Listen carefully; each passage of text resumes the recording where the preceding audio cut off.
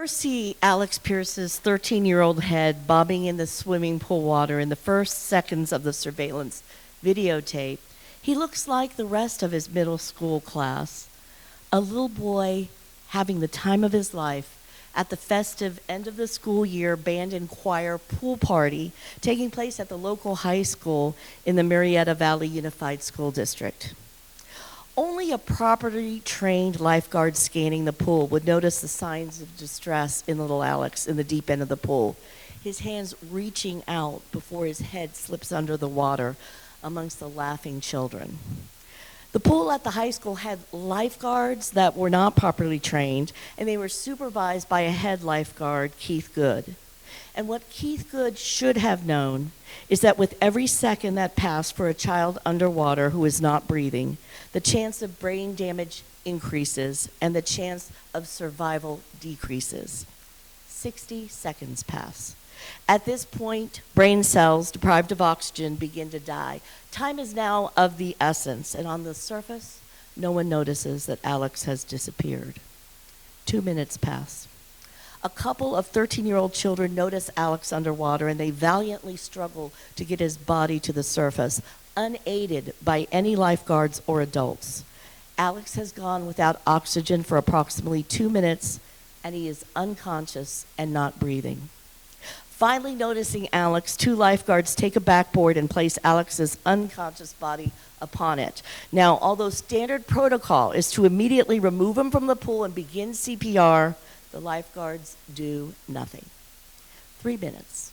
The once joyous party scene filled with laughing children is replaced with a very different depiction of scared children now huddled together, wrapped in their towels, watching Alex's lifeless body floating on the backboard. Because this was Alex Pierce, the blonde, blue-eyed, freckled-faced kid with adorable glasses who always had a goofy smile on his face.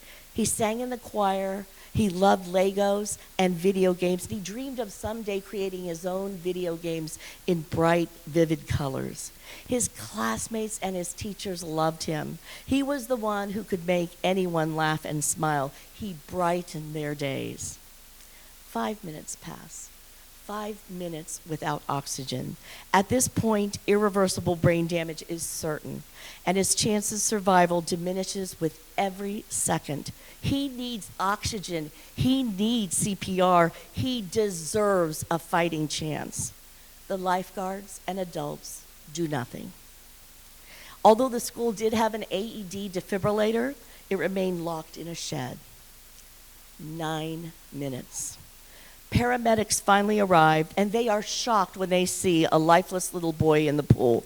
They jump in the pool with their clothes on, desperate to get him out of the pool and begin to administer CPR, to get him oxygen, to bring him back from the dead. 9 minutes without oxygen. If only the water had been ice cold, maybe he would have stood a chance. But this was Southern California, the land of sunshine and swimming pools. And the paramedics and the police were absolutely dumbfounded. Where were the lifeguards? Why didn't they do anything? Keith Good told them, well, officially he was not really on the clock. He had no responsibility to get involved. He's not even sure if the insurance would cover him. Now, there are no words to describe the anguish of Alex's mother, Sabrina Pierce, and his family upon receiving the news of Alex's condition. A 13-year-old boy isn't supposed to come back from a party in a vegetative coma. Her little boy is not supposed to be connected to a ventilator. She prayed to God every day to bring her son back. She begged the doctors at Loma Linda Medical Center to save him. And when they told her that he had sustained irreversible brain damage and could not survive, she refused to let them take him off life support. She sued them and got a restraining order, trying desperately to avoid and delay his inevitable death. He's waiting for a miracle that never came. And every day that he was on a ventilator for 30 days until they finally removed him from life support and he was declared dead, she kept asking, why didn't anyone save my son? Sometimes it takes the most unbearable and unfathomable tragedy to effectuate meaningful change. There's a common theme among some of today's cases that you may have noticed. Cases that led to changes for the protection of our children. But what makes this case a little bit different and significant is that the changes that this case brings will affect every single child attending any function or event in every school in California. The tireless work done by RAHUL, RAVIPUDI, Robert GLASSMAN, and Scott LILJEGREN exposed some shocking and glaring holes in our California school system. Before this case, schools were not required to have properly trained teachers or staff certified in CPR at such events, despite the rising number of children who drown in school pools and who even have asthma attacks. Because of their great work, the school district offered to settle the case for $11 million, accompanied by a formal written apology. But they and the Pierce family would not accept the settlement until and unless meaningful changes were effectuated to ensure that no other family or mother would have to suffer the same tragedy. First, the school agreed to publish within 1 year the results of a safety review by an independent safety consultant firm about the district's emergency response procedures.